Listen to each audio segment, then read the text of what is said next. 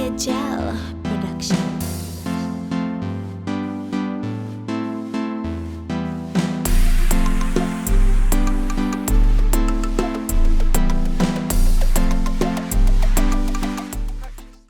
Welcome to Creative Excellence. I am your host, Davina Lee, and we are coming to you from the studios of the Government Information Service. This show seeks to give a better understanding of the artist's experience here in Saint Lucia. We discuss the work and the balance, the successes and the aspirations. I get a chance to converse with the people weaving this creative landscape. Some you may be familiar with, some you may be hearing about for the first time. The one thing they all have in common is they are excelling in their chosen craft, blooming where they are planted, and giving us all a better experience. My guest today wears many hats. He's a performer, a producer, a photographer, a sound engineer, a graphic artist, and a music video director. He has been working in the creative field since he was 15 and has worked alongside some of St. Lucia's brightest stars. Today, we discuss with him his experience as a creator in St. Lucia and how he is excelling in his field. His name is VeayGel Joseph, and I am super excited to start our conversation. Welcome, VeayGel. How are you? Hi, I'm good, and you? I'm good, thanks. Like I said in the intro, you wear many hats. Right. Graphic designer, producer, engineer, performer, all of that. How do you call yourself? When somebody says VeayGel, what do you do? How do you respond to that? What are you? I would like to refer to myself as a visual creator. Okay. And that's not just for visuals, I mean for audio as well. So whatever it is that I envision, I feel like I bring it to life. So that is how I would like to refer to myself, as a visual creator. Okay. Yeah, or creative, yeah. Okay, and being a visual creator, you've worked with many St. Lucian artists. Some of the real popular ones that we know of, Kuya, Servants, all of them, then Resegment. What is it like to go into the studio? Where does it start? Is it a beat? Is it an idea? Like, how does the magic come together? Right, so usually it starts with a beat.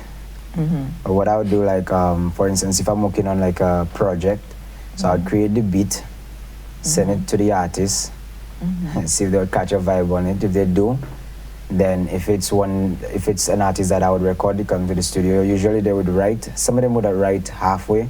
Some would build the vibe right there in studio, which I always prefer. Okay. You know, because you're in the heat, you're in the moment, you know. Right. And so sometimes I would even have artists come in with something that they write, and then just catching a vibe would be something that they would change, you know. So usually it starts with the beat, and then I guess the writing process, then the recording process, which is not a long time, and I mix and master it and put it out. So take me through the process, because you did a collaboration with CDF on Bad Virus La.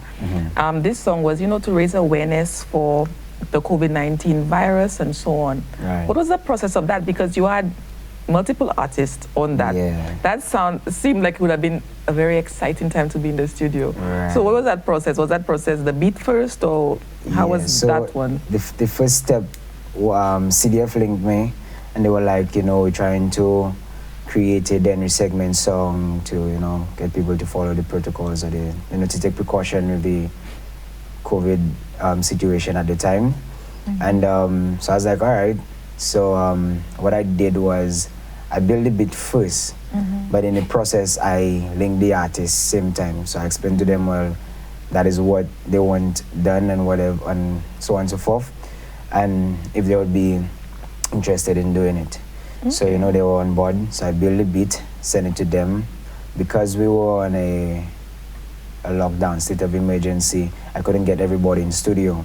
But it just so happened that everybody somewhat had access to a studio. At that time, either man have a setup at his home, right. That one studio right downstairs his house. So his little setups, it was quite easy to get them to record. Okay. So I sent them the beats, and I was like, since Servants more of that, have that natural hype, that natural charisma, I go on Servants on the chorus. So that's the only thing that I really think. On Suburban Sonny chorus, we got some information from CDF that they would want in the song as well. And I was like, that is your points. Right. Do a verse on that. Yes. Simple as that. I send it over to them. Add some extra stuff to play with and whatnot, but then I piece it together, mix it, send it over to CDF. If I'm not mistaken, they liked it from the first draft. Nice. Yeah, I think the only concern was just the Creole, but for a little talking and whatnot, you know, already just keeping it real there in the segment, they were on board with the whole idea. Okay, and then, that's you know, nice. send it over to Acid, Ted Sandiford, and he did the animation for it, and Right. yeah, really. So in the middle of lockdown, you're still able to create. Right, That's like, you know, very interesting. So let's take a look at there's a few seconds of Bad Virus La.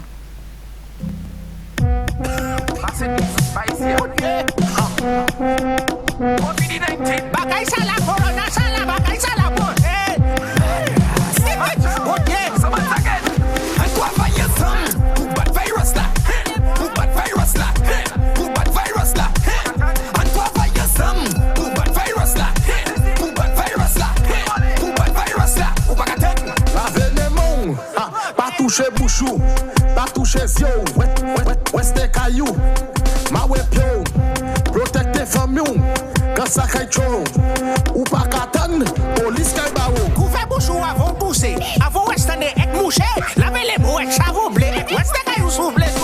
Comment ça va t'y wasi, avec quoi mon ouest papier, toi qu'est-ce que nous cabouté, corona caille yo coupé, c'est le mot. Yeah, so that was Bad Virus La.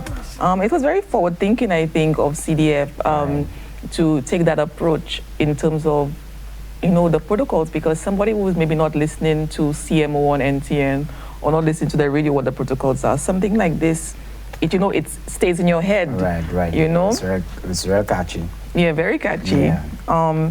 So like, okay, so we've spoken that you've worked with many artists, but you're also a performer. VeayGel is a performer as well. Do you feel at any point that you've cheated yourself out of beats? Because you might make a beat and say, that sounds good for Kuya or whatever. Yeah. But at times, are you thinking, man, why I take that beat for myself? That ever happens to you? Do you ever feel like you're cheating yourself? Nah, because I feel that type of mentality would be one of a jealous individual or a greedy individual, and I do see myself that way. You see, I'm somebody. If I work in on a project for myself, I'm also thinking about who I could have on that project too. You know, it's never really about me and just me and me alone. I never really had that mentality, as much as it may probably appear that way, and probably there's reason behind it because of X, Y, and Z. But I do see myself as that type of individual. You know, when I have something I feel of substance, I like to share it, and that goes for my knowledge with whatever it is that I know too. I always like to share information and beats as well. Right. When you said performer, I would say that I was a performer. So have you like abandoned that part? Yeah. Any specific reason? Is it you want to focus on something else, or? Well, my reasoning for that it was because I felt like at the time I was getting too much attention. And that might sound weird because like, but I just feel like I didn't have like that my personal space like how I wanted it to be. You know, I'm somebody I always like to be on my own little business or whatever, always in town, whatever the case may be. And I felt like it was just too much traction at the time. Right. So I was like, you know, I'm just cool out on it. It's not like I wasn't good at it. I felt like I was really good at what I did. Yes. And I still kind of have it in me. If I were to do it, I will do it again. That's no problem for me. It's just that at the time I was like, I'll step back on that, man. Let me just stay behind the curtains and produce music instead and let my work talk for itself. Let that perform. Because when I heard you sing and I heard we're gonna listen to Johnny. Now while I'm like, VeayGel have that nice voice, you know? Yeah. So anyway, let's take a listen to Johnny. That's VeayGel's performance. Like, listen now, because you know he says he's no longer a performer. So let's listen to VeayGel Johnny. You know it's me, VeayGel, alongside the kids. Yeah, and we're about to remix this. Are you ready?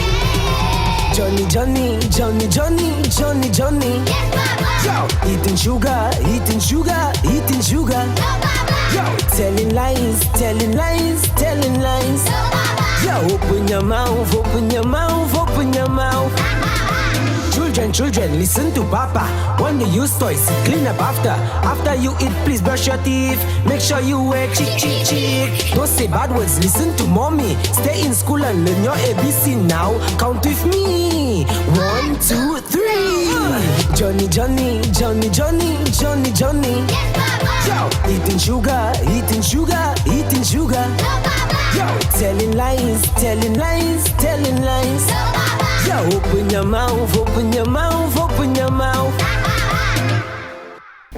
So that was Johnny Johnny. I mean, that song is very catchy. It's like stuck in my head. So how did the idea for that come up? And also to have the kids there and they all in it. And, yeah. So, Johnny Johnny, we actually did that song 2 years ago. Okay. Right? We recorded that song 2 years ago. It's not even completed. Okay. But yeah, we did that song 2 years ago. It was summer. And you know, the kids were home. And you know, that time, you know, Johnny Johnny play. You know, that's all they're listening to, Johnny Johnny. Yes, Papa, and a little nursery rhyme type of thing, that, you know? Yes. So I was like, tell them, let's make a remix to that, because it's like that alone, you know? So I was like, let's make a remix, let's make a remix. I want to sing today, let's sing. Okay. So, you know, I'm all set up in my room and stuff. I build a beat. And I told them what to do for the chorus part. I told them just do that, so we'll just keep it simple, you know, because as children, you know, tell them one thing, they'll say something else. So we did that and stuff, and I just had that there, you know, because we were supposed to complete it. Right? So, fast forward to this year, I think it was Easter time or whatever, the children were home again, because again, I think school was closed. Yes. And I was listening to the radio. What's his name? Salot. I tell them, children, you want to hear yourself on the radio today? Right. Just like, yeah, now. I'm somebody, I guess, the type of, the level that I am, the relationship that I have with a lot of DJs and stuff, I get stuff done easily. Yes. I just sent that song for Sibbons. Riley was on air. I mean, Sibbons. Lancelot, right. He was on a DJ deal. I sent that to Lance. I say, Lance, like when he go on the break, I call him, I tell him, I send a thing in your email, let's check it out. Yeah. As soon as they come back on, that song, they play that song for a good 40 minutes. Oh, wow. Repeat, and people call it, pull up. And that's like a minute, long, you know. Yeah. So just imagine, that probably pull up for a good 40 times, or you understand where I'm from? Pull up and replay and, you understand? He called me one time, tell me, people asking for you, so where can they find? I said, even out there because I just said it for you. I tell you, what happened? I'm going to do a video for that right now. Right. And I just grab my camera, take my props, and program the children because they were right there, they were already excited. Yes. I gave my neighbor my camera to record me. Right. And it was just like speed. And I tell him I'll have that song done by 6 o'clock, people would get it. Oh, nice. Video and everything. And we shot that like for 4 o'clock, so I had like 2 hours to work with, create the artwork, the video, edit and everything, and release by 6 p.m. Really nice. And that is how we did that. So I guess different processes, different songs. Yeah, so that's the thing. But and the children, I mean, that's like almost like you could have VeayGel summer school. Right. You know, because... right. Yeah. So how did they feel about it? Like seeing they were themselves? Really excited. Up to now, they still look at the views and the comments on YouTube. You know, they're always checking on it. But you know, any plans to do something like that again, at least with them, you know? Yeah, I mean, I don't mind, you know, because I like to put smiles on people's faces, and the children enjoy it. It's something that I would want to do again. I guess if there's a next nursery rhyme that is catchy, we'll remix again. But yeah. But that was my nieces and some of my neighbors, so we made it happen, yeah. So you think like maybe any of them have told you, well, I feel like, you know, I might want to go into music because of this experience I've had with you? Any of them? Already, yeah. But you know, children, they would say that now and then in the future, you never know. But I'm a producer, I'm their uncle, so that's not a problem for me to work with them. But you would be a good example of that because you started when you were 15. Right, a little earlier than that. Well, earlier, yes. So you would say you started earlier, young as well, and so you're 22 now. So in those 7 years, what do you think? Has there been the kind of progress in the industry that you'd like to see? Like what you encountered at 15 or 14 when you were just coming into it, whatever sparked that in you? Right. What has has there been progress in your opinion? Yes, there have been progress, most definitely, especially with the backlash. You see, when I started or when I came in, there was a lot of backlash like where you could have feel it. When you explain. With the older folks and, you know, some of the soca artists and stuff, when they realize, well, okay, this is going to be a big thing. Then the segment would be there. They had realized it already. Even to the point where when carnival time come, they don't want to end the segment on the radio. They imagine the owners of the radio station would threaten the DJs, threaten them to lose their jobs and stuff like that if they were to play any Denry segment during that time. And you know, people say, you know, that kind of music, vulgar, blah, blah, blah, and I'm saying like calypso. Right. Them things that have some real things that out of the way. Yes. Some of the Creole songs. So what's so wrong with that when people want to get good on that? Exactly. You get me? And it was just a lot of backlash, but I realized like as of now, there is, you know, but I feel like people start accepting it a lot more because they see the level that they reach on. You get me? Right. So I feel like that and the quality of the music has progressed, and it's not on the highest level, but again, it's progressing, and that is something that I'm really proud of. Yes, because like you say, this music has reached, like, I think, every corner of the globe. It's reached places that I don't think any other Saint Lucian song, Saint Lucian genre of music has gotten to. I've seen videos, people in Japan, Germany, wherever. Right, Greece. Yeah, they're Italy. everywhere. They're dancing, they're singing word for word, and I'm thinking, I might not even understand some of what's being said, but you're singing it word for word. So, like, what do you think that the secret is to that? I would say the secret to that is Lucian. Pure Lucian, right? Because I feel like, as you say, the other genres that we have here, it's not really Lucian, you know. Soca is not ours, reggae is not ours, calypso is not ours. Nothing apart from Denry segment, as far as genres go, is ours. And that is something that they were giving a little backlash because we were using our slang, the Creole, the patois, you know. It's like, you want to reach international, but you're singing that. And that is what that the people gravitate to. On top of that, the beat. As most people would say, the beat is infectious. Sometimes you hear the beat, you want to move. But then the mystery behind it all is this, the Creole, lang mamanu, you get me? That is what the tourists and the outside world gravitate to because they're not understanding, so it's like a mystery to them. You know? The authenticity is authentic. Exactly, it's very authentic. And that is why I keep on pushing and I keep on telling the artists, Kasa, stick to it, stick to that. You understand? I even realized, like, you know, some of the producers would kind of gravitate to more the dancehall part of it and infuse it with a little dancehall. Well, I'm totally fine with that. I'm totally fine. It's actually broadening the genre, you know? But as I would tell them, for every 5 slower Denry segment you do, just drop in a little fast one. And that is what, because I'd already cool out on the producing too. You know, try and focus on some other stuff. And I was like, you know, happen for the carnival at least, let me just drop some Denry segment beats. I'll keep it fast paced, upbeat, just to just remind people that that is Denry segment. You get me? So, you know, we're not straying from it, just to keep that authenticity in there.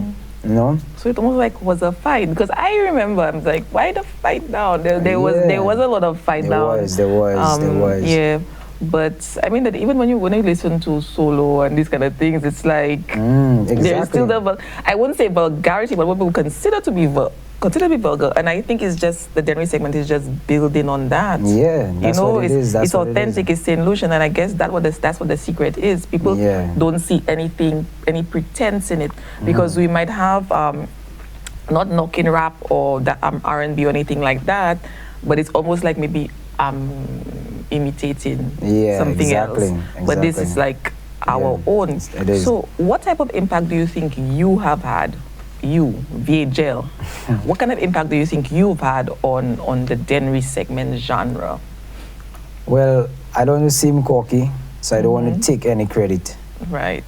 I mean, as much as I know that I probably have an impact, I don't want to even think of it because I feel like I came in, I did what I had to do, I did what I could have done, and I'm still doing. So if it would be referred to as an impact, then that's fine. But I don't want to see it as that. Right. So personally, I would say my impact is whatever you think it is. Because like for me, because what you just said earlier, you said you kept telling the guys, no, stick to it, stick to it, stick to it. Right. So that might be it, the encouragement as well. Right. Even trying to lobby, speaking to the DJs, for every slow one you play a fast one. Right, so that could be part of it as well. Yeah, so but you know already. Right. I guess, but I understand what you're saying. Like, you know, you don't want to make it seem like, oh, I'm VeayGel and I created this, that kind of thing. So let's take a listen to some of VeayGel's produced songs. We have Kuya Bumper Police to start off. VeayGel Production. This is Officer Koya. Can you pull over, please? License and registration, please, miss. Something's wrong with your bumper. It's hanging. Hold up. Freeze. This is the bumper police. Please, can you place your head between your knees? Make your bumper go from west to the east. What? Hold up. Freeze. This is the bumper police. Please, can you place your head between your knees? Make your bumper go from west to the east. Hi. No trace. VeayGel. Bad son, man. Yo, outside, team program. Somebody call my mother. Hey, somebody call my mother for me.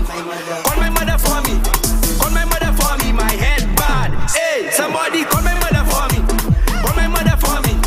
Call my mother for me. My head bad. Hey, oh, Miss Rebecca, your son give me trouble on the road. Miss Juletta, your daughter head bad on the road. Miss Suzetta, your son give me trouble on the road. Miss Coletta, your daughter head bad. Call my mother for me.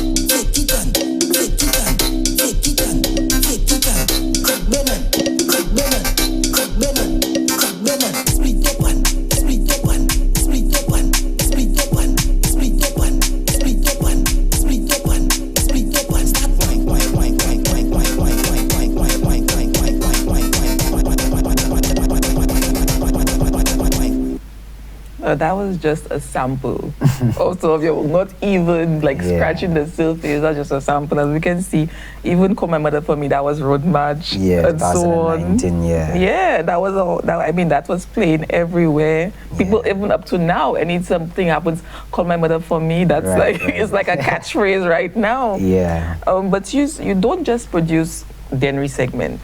You produce other genres as well. Yes, I do. So like what is soca, dancehall? You want to discuss any of the people you've worked with? And yeah. I worked with a lot of people low-key as well, some foreigners. They may not be as big, but you know, I've done Afro projects, dancehall projects, R&B, you know, like slow jam, soca.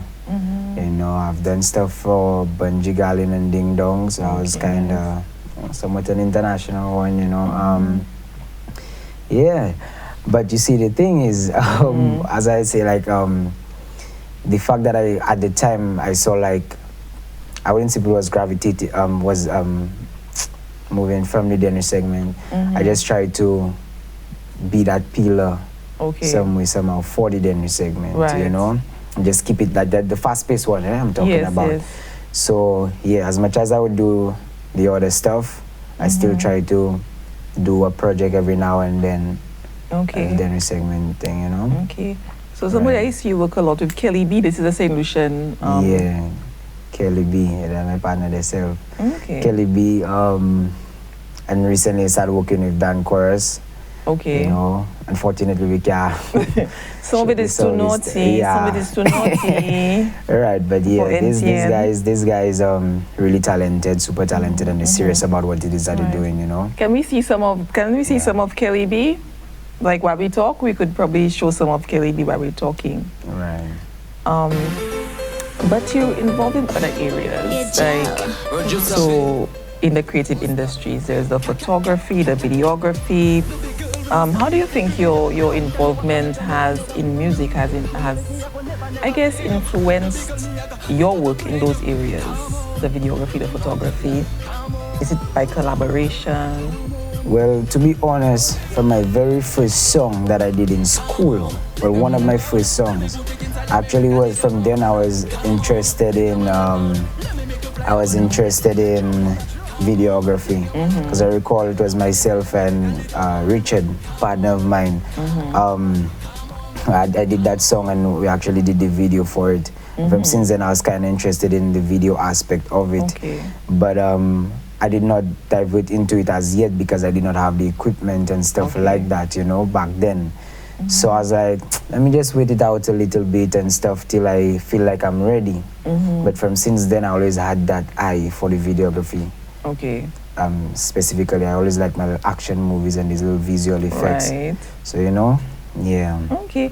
And talking about that, I see I'm like, oh, VeayGel going to filmmaking, he's going to be a director, because I was watching C-Dale's video, Pushback. Right. And the intro is HP and C-Dale in a car. And when I look at it, I'm like, it's very cinematic. The lighting, the acting, and so on. Tell me about that. Like, what was the idea you had behind that? Why did you want to put in the whole movie element into it? Well, that video in itself was a little interesting, because of how it was done, or the process, I would say. I recall C-Dale checked me like Tuesday, the Tuesday of that week, and C-Dale told me, coming on Friday to shoot a video one time.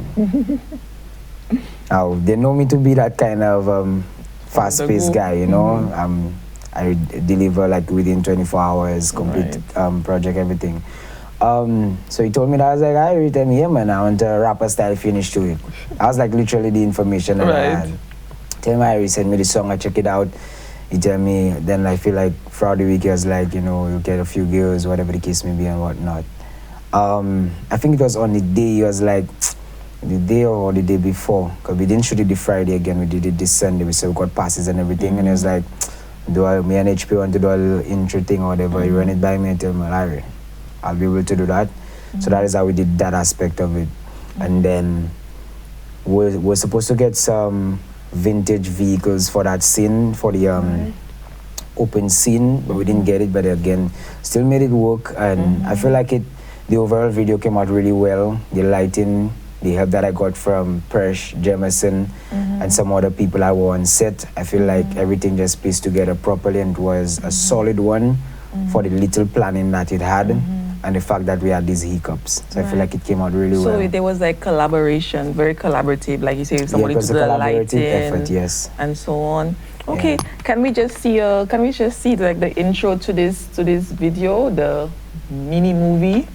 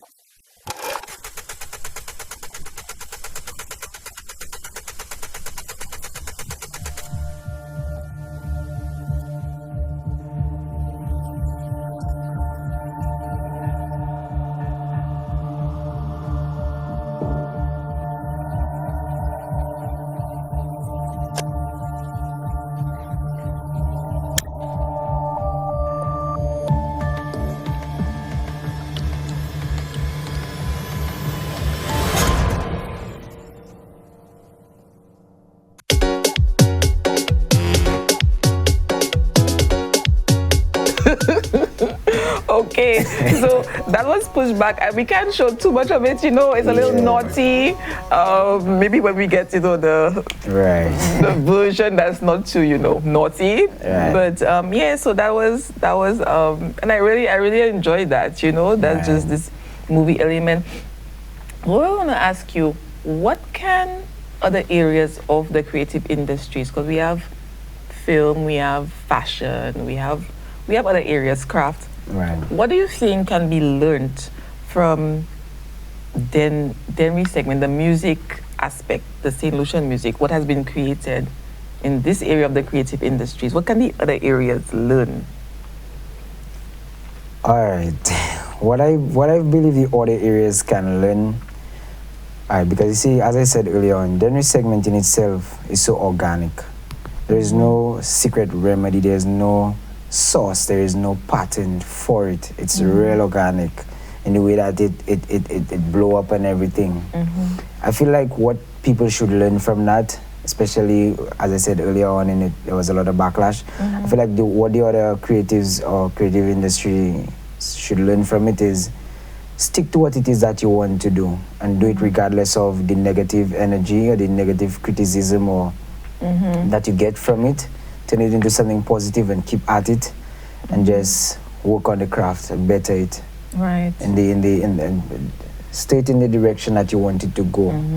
You know? Stay focused. Stay focused on that. That's what I feel. That's what I feel the Denry segment journey should teach a lot of people because of how it started, where it started, and where it is now, and where it has to reach. You know? So yeah, that's what I would say. What do you think the pinnacle for Denry segment is? I don't think there is a pinnacle. Okay. I don't think there should be. Okay. I don't feel I should settle for anything less, just anything keep more. going. Just keep on going because the sky is the limit. And to me, the sky is still not even the limit. The universe should be the limit. Right, it's right. Of God, yes. That is what I believe because there is so many possibilities. So much that could be done, especially for Saint Lucia. Yeah. Especially getting it on the map.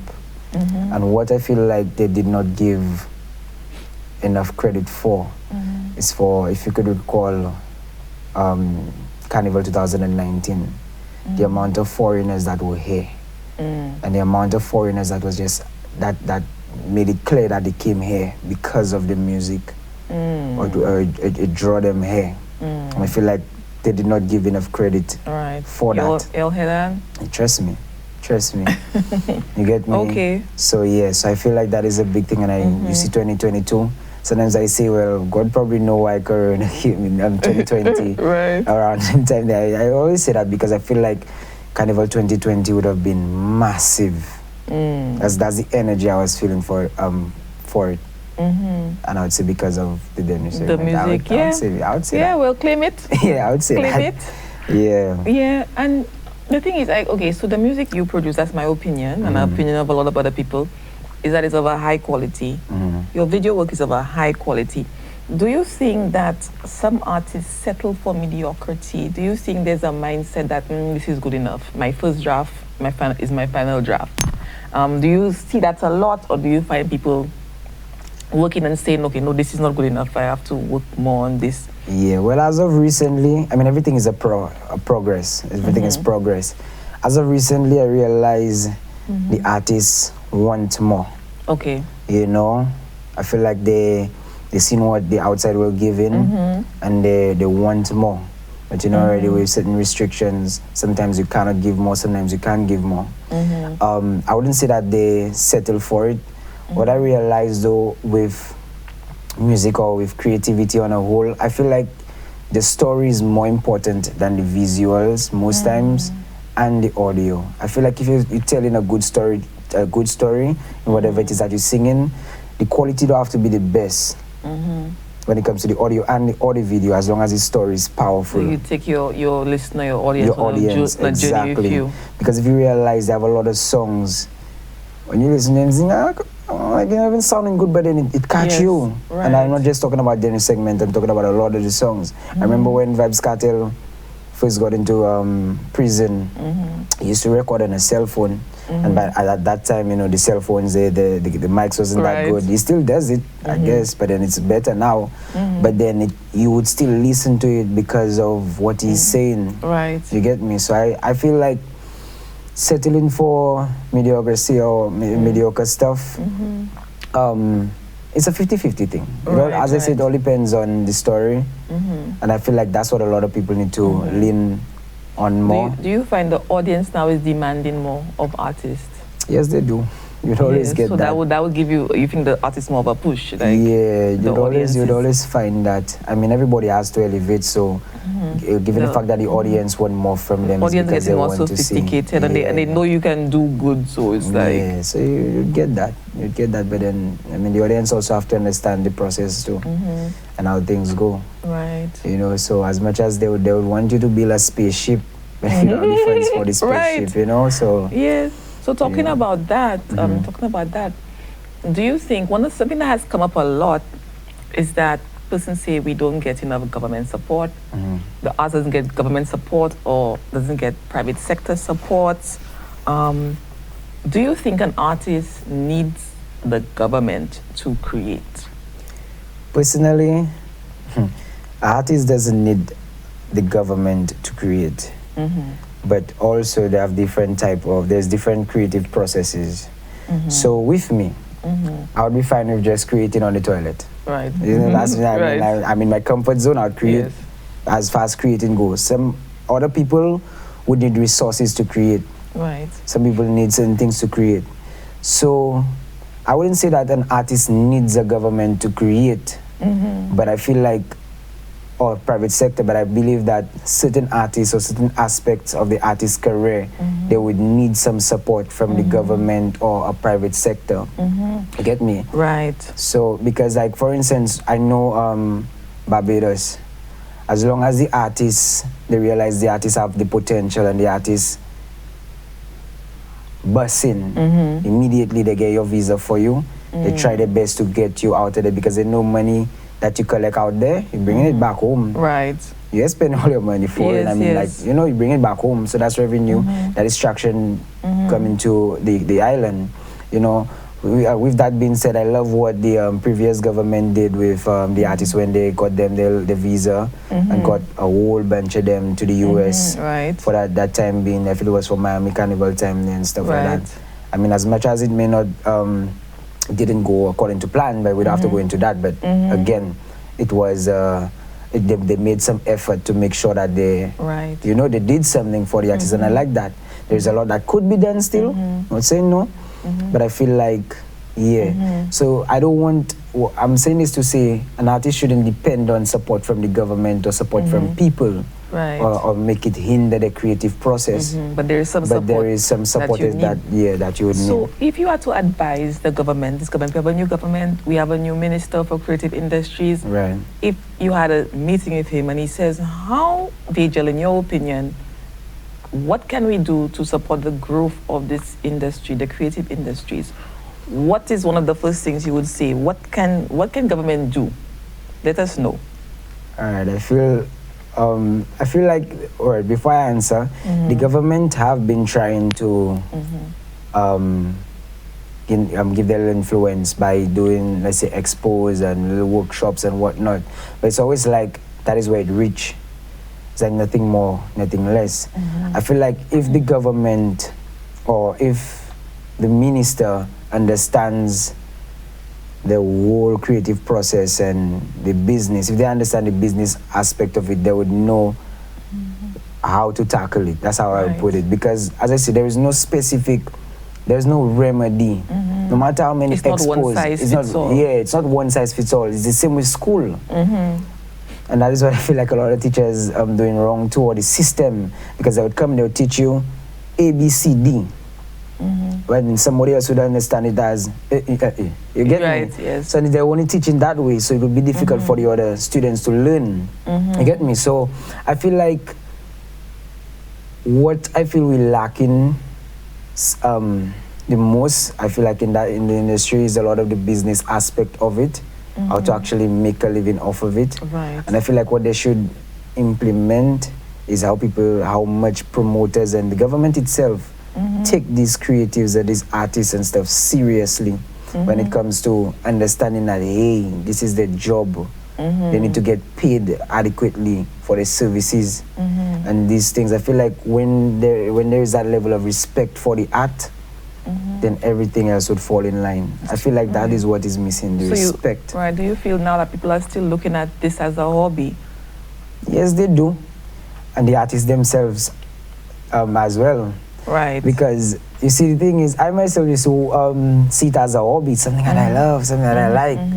But when you're flow, and you select and Wasco call you at the end of the month, that's a hobby for them. Exactly. You get me? So it's now I do like this is my job. That is my job, you know. I'm just trying to say, okay, well, hey, things getting serious, but my internet cutting, how I going to work? Exactly. So now they have to try and take it more serious and treat it as a job, you know. Now, as of right now, I give myself a threshold to hit for the month. It's almost like I put myself on a salary. Right. Because I have things to take care of. And if I do hit that mark, you know, it putting me behind. Right. So I feel like if we create that kind of mentality, that it is not just a hobby, but again, to what's a hobby if you cannot fuel it? You know, so you need to make the money, so it have to kind of feed itself.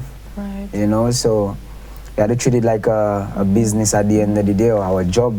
Because again, I remember a guy was saying, in that industry, there's no pension, you know. Or maybe that's an idea that the government could implement, pension for the artists and stuff like that. Yeah, I believe the French, they have that. They take their culture very, very seriously. Come to think about it, that makes a lot of sense. Yeah. You know. Yeah, so in terms of what are you working on right now? Is there something specific that you're working on right now that you can tell us?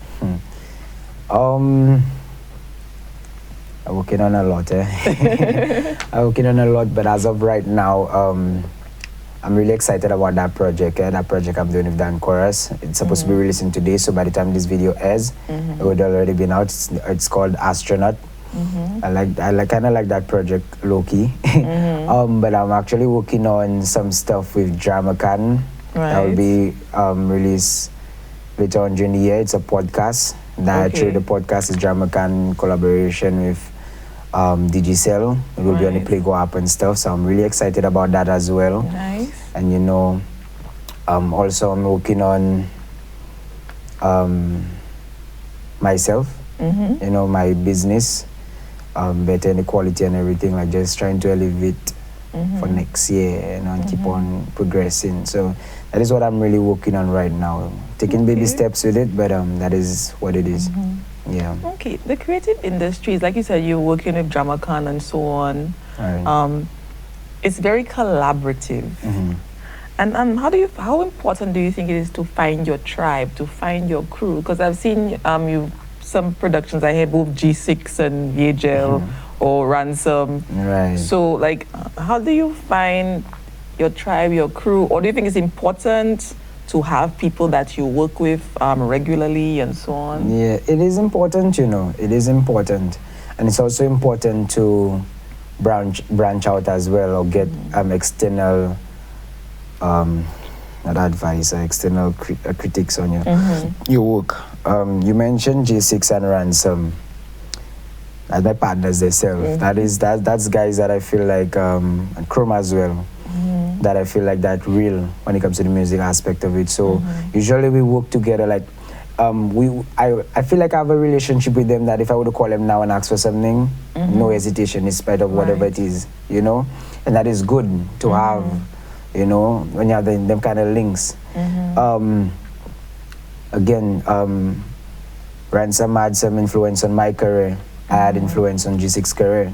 I wouldn't say I introduced G6 to creating beats, but I used to give him some pointers. And look, now he's one of the best here creating beats, not just the inner segment, you understand? So I could safely say that I had some influence on these guys as well. They had on me. So given the fact that we still tight and we still close and we still work, that is a great thing. As far as the video aspect of my career go, you know, I would be referred to as, let's say, a one-man army, Sylvester Stallone. But however, it's just because of, I mean, I want to work with a lot of people. I want to branch out. I want to do stuff. I want to think. But there's a lot of restrictions. One is people's ego. I wouldn't say that I have an ego, but then when you get somebody with an ego, you kind of develop in an ego for yourself too, because how are you going to combat an ego? Right. You understand? It's almost like, man, I want to okay that man, because he has an ego and he's making it. You understand where I'm coming from? So it fights with each other. So that is an issue that we creatives have to work on. And the next big thing I would say is the funds for certain projects, because there would have some projects where you would not be able to afford to hire some other people to work with. And it's not just because like you're not charging as much, but it's just that sometimes the person that hire you, the budget is not big enough. So that in itself too, you know, and then, you know, is an issue. And then you don't usually get people that understand that and would still want to do it regardless. Some people don't do it for the passion of it. Some people strictly business, which is fine, you know. But then I have my partner that I work with, Jameson, Cole, and we understand the process, what it's like for us both. So I feel like he's somebody that I work well with. You know, and if it's a situation I have to do something for him at no cost, I would do it. If it's something where you have to do for me at no cost, he would do it, just because we understand and we know the mission that we're on. So he's somebody that I work with all the time, every time. So yeah. And he does good work. He really does. He does some really awesome So stuff. you touched on something earlier, like you said, Ransom had some influence on you, and you had some influence on G6. Right. Did you have, like, apart from Ransom, some mentor? And do you think it's important in this business, like mentorship? And is there anybody that you're really mentoring right now? I'm not sure if I'm mentoring anyone right now. I'm not doing it directly, but you never know. Sometimes you're doing it indirectly because people watching, people learning off of you. Personally, if I were to say that I have a mentor, I would say YouTube is my mentor. And YouTube should be anybody's mentor, because YouTube full of mentors. You get me? And anything that you want to learn and know is right there on YouTube, right there on the internet. You know? But apart from that, somebody who was a key in my development, Freezy. Because I used to record at home on an Alcatel headphone, right? On my Kenny Top, big up Kenny Anthony, same way. If it wasn't for Kenny Anthony, probably I wouldn't even start then. You know, with the laptop program. You get me? So, yeah, but Freezy. So that's what you use the laptop for? Yeah, well, that's and then schoolwork, but you know, Freezy, because I believe he saw the potential and he had his studio then, and he used to record me. And then there was a point in time where he was like, I had to learn to record it. And then me learning to record, pressing the record button, just putting some presets he had there to me trying to understand what the presets were, the different effects. And that is how I got into the producing part of it. And then from since then, I used to spend nights, when I tell you nights, daybreak, literally.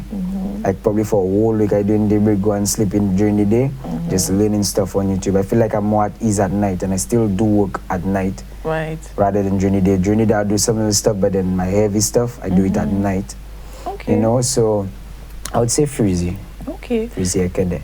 So what advice would you have for someone who's starting on the creative path? Just any type of advice you could give. Doesn't matter what area of the creative industries that they're starting on.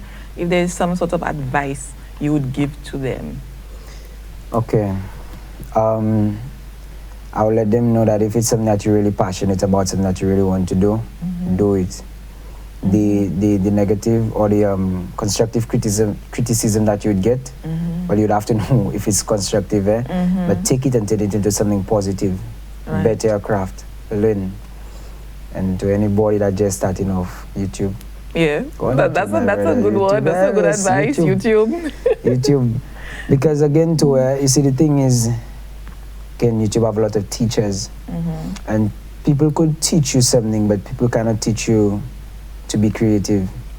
Creativity comes from within, right? So if you're not creative, no matter how much schooling you pay, no matter what you do, no matter what I tell you, and you're just not creative, you will never be creative.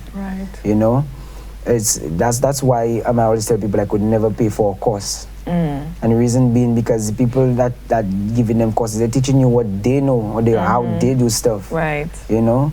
And what's the point in me paying you for something, whereas I could go on YouTube and get different ways of doing it. ways of doing it, Right. And sometimes I learn to do something that way from that person this way, but I still fuse it together and do it my way. You get me? So to me, the only thing you should be paying for is your internet. I like that one. Just pay for your internet. Pay your flow bill. Pay your flow bill. Pay your flow, boy. Pay your flow bill and invest the time in it. Just put the time in it and then you'll get better at it. So you, like we've spoken to you this entire show about what you've been doing, what you're working on. What is your ultimate goal? What is your ultimate goal? I mean, like you say, sky should be the limit. But if there's something, is there anything when you can say, okay, now I reach there now, I reach? Because this has happened. I feel that now I reach would probably be, my ultimate goal is for me to open my own media company. Okay. And the way I envision it is for me to have this huge warehouse and my studio in there, my huge green room or blue room for me to do my video stuff and just have that company. That's why I feel like I'll just be like, Then you say, I reach. And you can survey. Yeah, that is what I really want. To just have everybody just working, not under me, but together. And we just on one mission. That would be my ultimate goal. But however, I want to bring that whole production company international, global. You know, I want for whenever you hear VeayGel, you hear that Saint Lucian boy too. You get me? Right. That is what I really want. And that goes for the music as well. Personally, I want another ultimate goal of mine, or semi-ultimate goal, is for me to create a short film, a short successful film. You know, because it's one thing to just create one, and then another thing for it to be successful. It may not be on the success level that I want it to be, but I want it to be. I want it to reach certain people, touch certain people as well. Or I want it to be a film where people can relate to. You know, feel like, yeah, boy. That is what I really, you know, again, I don't want it to be all about me. Right. But as much, because I could safely say that I could probably do a film on my own. Right. With minimal help. You know, a short 40 minute or thereabout. Or create a series type thingy. But however, I want it to be heavily influenced by me. I want it to be my vision.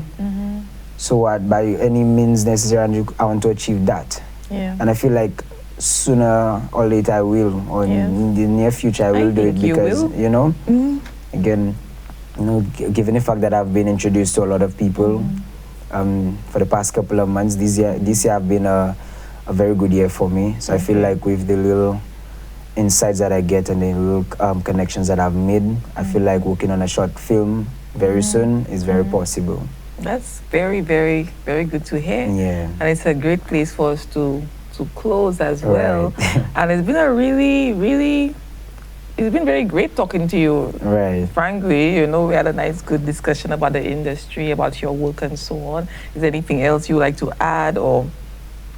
Not really. Not really? I guess we said it all. We said a lot. Yeah, we said a lot. Just, you know, follow me on social media. Yes, give us your handles. VeayGel, that's my personal Instagram. It's up on the screen right now. Right. You could just, I feel like if you just Google VeayGel, you'd get everything there. I put all my information on there, so it'll be easier for people. Yes. But I'm on Instagram, Facebook. My number is on there, so yeah, follow me for to see the progress. Yes, and as we close right now, we've had just a wonderful time talking to VeayGel, and we're going to close with one of his productions, J Buds, Give I Strength.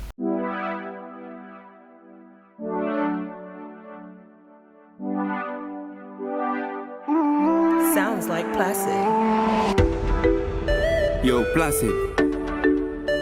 Yo, Ransom. Budzilla Nation. Ready.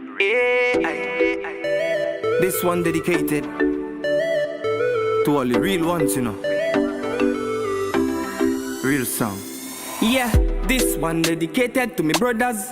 This one me sending love for me sisters. Jah know me love all me children. Big up me day once, yes, me real niggas, me father there. Jah know me full of respect for me mother, yeah. Real loving on me heart, me love the both of them. And anything me do, you know me can't pretend. I swear I can't. Hey, next thing that me I invest in. Good girl in my life is such a blessing. If you wake up every morning is the best thing. Smile on my face, I ain't stressing no. So me let them know on the radio. The nation of VeayGel this one and sing this proud. Let them know. Jah. Give I strength, oh Lord. To shame all the bad mind them. Bless my friends, oh God, yes. Forget all the hate of them. Protect my family. From all of the pagan them. You know me try pray every day to keep them safe. Eh. Cause they don't wanna see we happy. They don't wanna see ghetto youth in a Bugatti. Me got me life, from God say me have it. That's why me not go let no phony boy take it no. So me let them know, me run my show. Jebba's at the money, ma go make it, you know. Me going to the top, that's for sure. I'm telling you no, hey, hey. Everything's gonna be okay. Everything's gonna be alright. With Jah by me side, day and night, hey, hey. Everything's gonna be okay. Everything's gonna be alright. Me working hard until me die. Jah, hey. Give I strength, oh Lord. To shame all the bad mind them. Bless my friends, oh God, yes. Forget all the hate of them. Protect my family. From all of the pagan them. Yeah, pagan them. That's why I say, give I strength, oh Lord. To shame all the bad mind them. Bless my friends, oh God, yes. Forget all the hate of them. Protect my family. From all of the pagan them. You know me try pray every day to keep them safe. Hey. Me love you know.